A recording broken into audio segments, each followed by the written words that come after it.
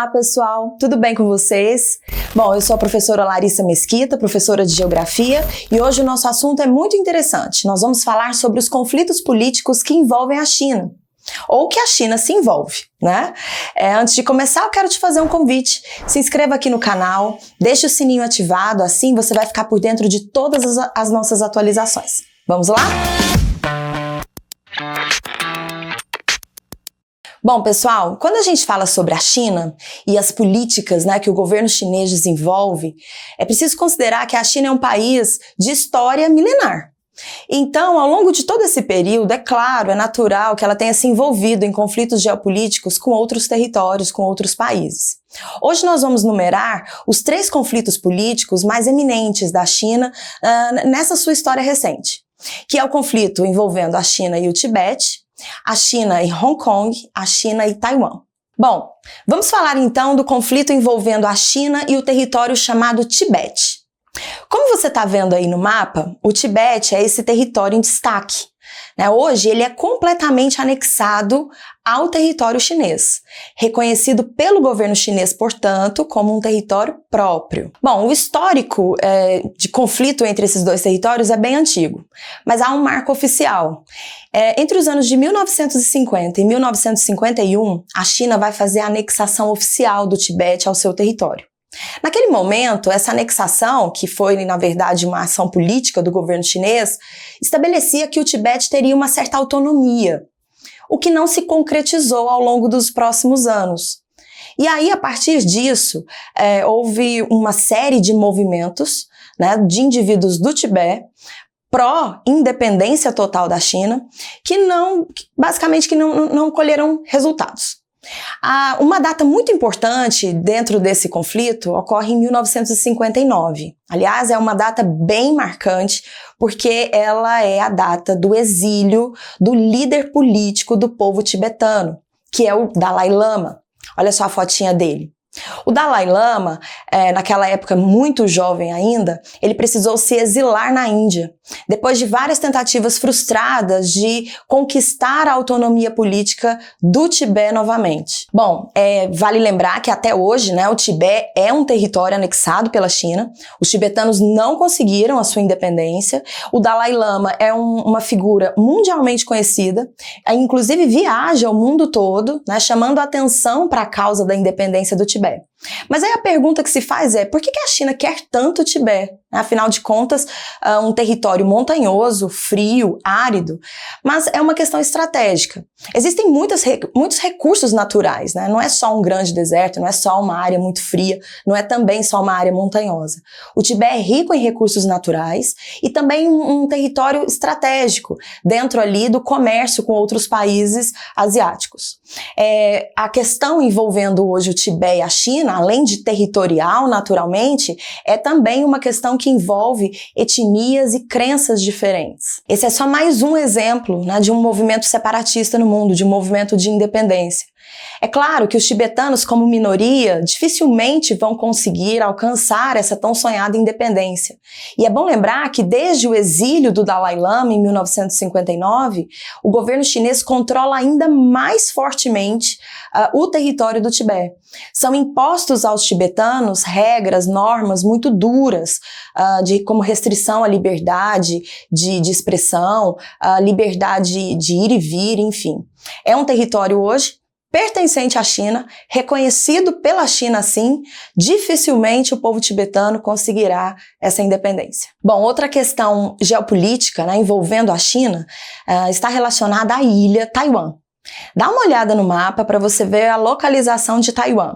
Bom, para a gente entender a questão política envolvendo China e Taiwan, é preciso voltar no tempo, lá no ano de 1949, quando ocorreu a famosa Revolução Chinesa. Ou seja, o momento em que o Partido Comunista Chinês assume o poder no continente, né, e permanece até os dias de hoje. 1949, então, quando o Partido Comunista assume o poder na China e estabelece ali uma política socialista, há uma ruptura, não só política no país, mas também territorial. Os opositores ao Partido Comunista, né, que faziam parte naquele momento de um partido conhecido como KMT, foram se exilar então na ilha de Taiwan, que oficialmente pertencia à China. Então houve, na verdade, além dessa divisão política, também uma divisão territorial, que pode ser entendida da seguinte maneira. O país China, a porção territorial, continental, permanece socialista, governada pelo Partido Comunista, e Taiwan, a ilha, vai ser, vamos dizer assim, o cenário, né, do desenvolvimento de uma política contrária. O sistema capitalista permanece ali como modo de produção econômica e o partido KMT, o chamado Partido Nacionalista, vai governar a ilha. É preciso considerar também que em 1949 o mundo já estava ali, bem dividido no que diz respeito ao capitalismo e socialismo. A Guerra Fria já dava os seus sinais. Então, a partir do momento que Taiwan se assume como contrário ao governo chinês, o governo socialista chinês, mantém-se capitalista, é claro que ela vai conseguir apoio de países capitalistas. Evidentemente, naquele momento, dos Estados Unidos e também do Japão, né? Então, essa divisão territorial estabeleceu dentro da China, vamos dizer assim, a própria Guerra Fria. A partir desse momento, a China considera Taiwan uma república rebelde. A China não reconhece, por exemplo, Taiwan como um território autônomo. Ela entende que Taiwan, a partir desta rebeldia política, é apenas um território, né, seu, mas que se desenvolve ali economicamente de uma forma diferente. Taiwan já se vê de uma outra forma. Taiwan acredita na sua independência, né? Não se considera um território chinês e sim um país autônomo com políticas e economia bastante diferentes do que são praticados na China. A parceria de Taiwan com os Estados Unidos, com o Japão, fez com que ela se despontasse economicamente, tanto é que ela é um dos países que a gente conhece como tigre asiático. Então, Taiwan sempre trilhou o caminho do capitalismo, enquanto a China, ao longo da sua história, de 49 até os dias de hoje, né, caminha aí dentro do socialismo, de um socialismo mais fechado, de um socialismo próprio, de uma abertura econômica mais recente, enfim. Politicamente, Taiwan sempre teve, portanto, um apoio, né, das grandes potências ocidentais capitalistas e militarmente também. O que muitas vezes, para os historiadores, é fundamental no caso. Esse apoio que Taiwan teve das grandes potências capitalistas pode ter impedido, por exemplo, uma invasão chinesa à ilha, que nunca aconteceu, né? Taiwan, então, se mantém capitalista. Com o crescimento da economia chinesa nos últimos anos, hoje as relações comerciais entre os dois países são bem intensas e crescentes. Pode-se dizer que Taiwan hoje está numa condição um tanto desconfortável do ponto de vista econômico, né? Porque era um tigre asiático extremamente forte nos anos 90, no início dos anos 2000, mas hoje, claro, com o crescimento da economia chinesa, Taiwan precisa se associar mais à China do que o contrário. Hoje a parceria econômica é bem intensa, como eu disse, porém politicamente eles ainda não se entenderam. A China continua mantendo a sua posição de que Taiwan faz parte do seu território e é, portanto, uma província rebelde. Taiwan, por sua vez, luta pela sua independência, se reconhece independente. Essa questão de Taiwan se reconhecer como independente, da China não ter esse mesmo reconhecimento, é bastante delicada. Hoje, 15 países no mundo já reconhecem Taiwan como um país independente. E 47 países, inclusive o Brasil, mantém relações diplomáticas extraoficiais com a ilha. É como se a gente reconhecesse uma independência, mas não quisesse assumir esse papel diante da gigante China. E o que dizer sobre o conflito entre China e Hong Kong? Esse também é bastante conhecido, muito comentado pela mídia, não é mesmo? Você já deve ter estudado em geografia essas questões. Para a gente entender, primeiro vamos observar o mapa para você localizar Hong Kong. Hong Kong é uma cidade, veja bem, uma cidade ao sul do território chinês. E a questão diplomática envolvendo a China e Hong Kong é bastante antiga. Remonta lá para os conflitos chamados de Guerra do Ópio. O que aconteceu é que a Inglaterra teve o poder sobre Hong Kong durante 100 anos. Para ser mais exata, por 99 anos.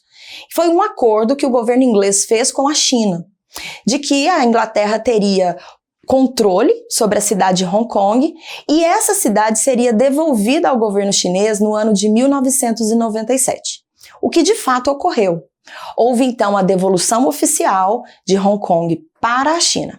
Porém, nesse processo de devolução, havia um critério que deveria ser observado, né? Vamos dizer assim, um acordo estabelecido. Durante 50 anos após a devolução, Hong Kong teria total autonomia política, econômica, jurídica, enfim. Então, até 2047, o governo chinês não manda em Hong Kong. Hong Kong continua sendo uma cidade autônoma.